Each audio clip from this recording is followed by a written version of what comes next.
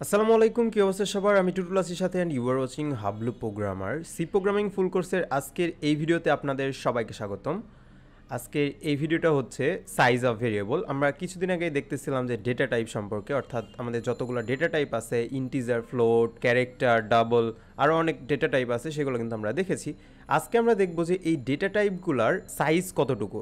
আমরা যেদিন data type পড়তেছিলাম সেদিন কিন্তু দেখছি যে কোন ডেটা টাইপের সাইজ কতটুকু। আজকে সেটা আমরা নিজেরা মনে রাখবো না, আমরা কোডের মাধ্যমে সেটা বের করব। সো বেশি কথা না বলে শুরু করছি আমাদের আজকের ভিডিও। ফিরছি ইন্ট্রোর পর।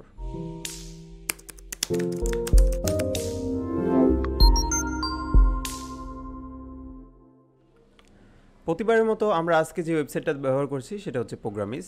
তো এখানে আমরা দেখতে পাচ্ছি যে program to find the size of variable. Okay, তার আগে উপরে দুইটা লাইন দেখে আসি। সেটা হচ্ছে দ্য সাইজ অফ, এর ভিতরে কোটেশনের ভিতরে ভেরিয়েবল লিখছে, operator computes the size of variable. তার মানে কি বুঝাইলো? এই যে অপারেটর, সাইজ অফ অপারেটর বা সাইজ অফ মেথড, এই মেথডটা বা অপারেটরটা আমাদের কোন একটা ভেরিয়েবলের সাইজ জানার জন্য আমরা ব্যবহার করে থাকি। খুব সুন্দর কথা। তারপরে লাইন দেখি, also to print the value return by size of. এই সাইজ অফের যে ভ্যালুটা, সেই ভ্যালুটা প্রিন্ট করার জন্য আমাদের ফরম্যাট স্পেসিফায়ার ব্যবহার করতে হবে। সেগুলো কি? এলইউ হতে পারে বা জেড ইউ। এলইউ মানে হচ্ছে আমাদের আনসাইন্ড লং ইন্টিজার। এই জেড ইউ হচ্ছে বলতে বোঝাচ্ছে হচ্ছে আমাদের এই সাইন অফের যেই কি বলে এটার রিটার্ন ভ্যালু, অর্থাৎ এই রেজাল্টের ভ্যালুটা প্রিন্ট করার জন্য আমরা জেড ইউ ব্যবহার করতে পারসেন্টেজ জেড ইউ। এইটাও আনসাইন্ড সাইজ অফ টি বোঝায়, অর্থাৎ সাইজ অফ টি বলতে বোঝাচ্ছে সাইজ অফ যেই ভেরিয়েবলটা, এই সাইজ অফ এর পরে যে ভেরিয়েবলটা আছে সেই জিনিসটারই ভ্যালু বোঝাচ্ছে।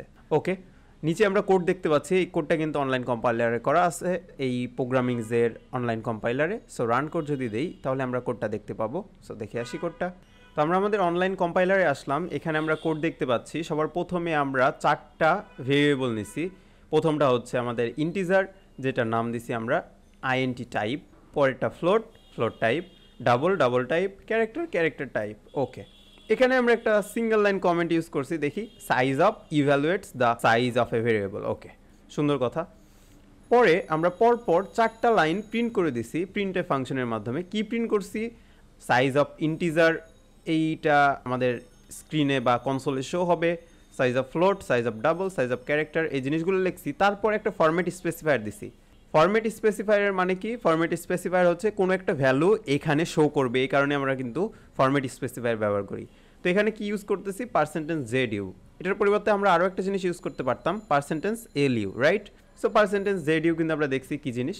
সো পার্সেন্টেজ জেড ইউ এর পরে আরও একটা স্ট্রিং লিখে দিচ্ছি যে বাইটস, এটা ব্যাকস্ল্যাশ এন দিছি। ব্যাকস্ল্যাশ এন মানে কি? অর্থাৎ পরের লাইন, এক লাইন পর পর প্রিন্ট হবে, এই জন্য আমরা ব্যাকস্ল্যাশ এন ইউজ করি, মানে নিউ লাইন। কমা দিয়ে আমরা কি করে দিছি?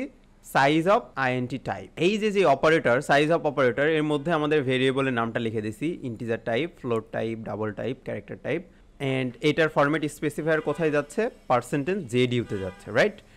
ওকে, সো আমরা কিন্তু অলরেডি জানি যে কোনটার কোন ভেরিয়েবলের কোন ডেটা টাইপের সাইজ কত। সো এই কোডটা যদি রান করি তাহলে কি আসার কথা? অ্যাজ ইউজুয়াল, ইন্টিজারের সাইজ 4 বাইটস, ফ্লোটের সাইজও 4 বাইট, ডাবলের 8 বাইটস অ্যান্ড ক্যারেক্টারের 1 বাইট। এটা কিন্তু আমরা জানি। সো এই ছিল আমাদের আজকের ভিডিওতে। আজকে আপনাদের কাজ হবে হচ্ছে এই সাইজ অফ যেই আমাদের অপারেটরটা রয়েছে সেটা নিয়ে একটু কাজ করা, যা আপনারা শিখলেন সেটা প্র্যাকটিস করবেন। দেখা হবে নেক্সট ভিডিওতে। Have fun, take a risk.